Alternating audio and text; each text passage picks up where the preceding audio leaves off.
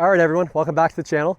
So today I just want to talk about one thing that we can do in our backswing that's going to help our transition, right? So usually in our swing, we can fix something that's going on in the backswing. Much easier to fix that than it is to fix something that happens kind of in a split second. We go from top of backswing to hitting the ball. So I was working with a player, and it's a common kind of, I've seen it a lot, mistake as they went back, they kind of shifted their pelvis away from the target, and then they're coming through and they're kind of hitting these pulls. So for a lefty, it's going off to the right, for a righty, going off to the left. But you can kind of see as I do this, all the way back here, so my pelvis all the way away from the target, and then I go to to hit the ball and release the club, and if I stay back here, like what's the club head going to want to do? It's either going to hold on to it, and it's going to make this big slice, or we're going to get good at, because you don't want to see it slice, let the club go, and it's going to pull off towards for a lefty to the right. Okay, so the feeling for him was, instead of fixing that downswing move, is on the backswing. Can you imagine there's something just outside their trail hip? So I can almost, like when I was doing it, I had my fist for the player right here. And as they go back, you can add a little bit of like dynamics, so a little bit of lateral move into it. But as the backswing goes, can it start to wrap around and start working towards the target?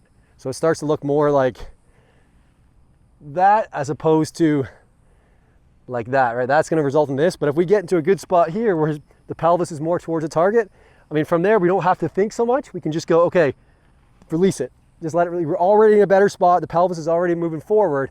And it kind of happens in that in the backswing move that creates it already happening in the downswing move. So one more time, if I'm here and then in the backswing in transition, I got to go all the way back, and it's tougher to manage versus if I just go here, load into that side, but I feel like pelvis is working towards this way a little bit, kind of like Ben Hogan, Cameron Champ, Sam Snead are the best ball strikers. Kind of like this, then from there I can just release it, okay, and don't have to think about it. So if I hit one, really help this player a lot, just really simplify it and get some speed coming out without him having to think so much. Because usually if you can do something where you feel like you're releasing the club, so by releasing I just mean as you're coming through, letting this club head kind of pass you and like release. If you can get that feeling without it going pull hooking or going way off for lefty to the right or righty to the left, it's the best feeling. So if you can release it with it going straight, that's all we're looking for in golf, is like if I'm throwing a ball, if I can release it, awesome, without the fear of it like going off this way. So in golf, if I can release this club head without the fear of it pulling, that's what we're looking for, okay? So that was the feeling he had. So if I show you one here, and the drill we did was, okay, my fist is right here, there's something next to his trail hip. As he goes back, kind of have the feeling the pelvis is working towards the target this way, while still feeling they're load up in that trail side, and then from there, just let it go. So I hit that one pretty good. For me, when I do it, it's almost like, if I don't release it, if I don't let this club head catch up to me, or like let all the energy out into the club, it's gonna go way to the left. So I have to release it, which is usually a really good feel.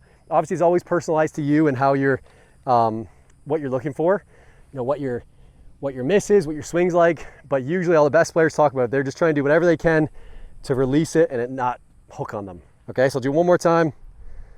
So here, just set up to it. Same feeling of pelvis is kind of working towards the target this way at the top of the backswing. So then from there, all I gotta do is just let it all go.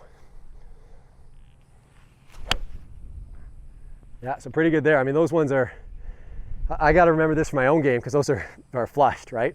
But anything you can get, so instead of fixing, to kind of summarize this video, instead of fixing where my pelvis goes in the in the downswing, which happens in a split second, can we set that up in the backswing? So it might even start at setup. If the player, in some cases, the player kind of starts like this, sinking into their back hip. I mean, what do we see already, right? We're already this way. So it's a big move to go. If you can set up a little bit better, already a little bit more neutral.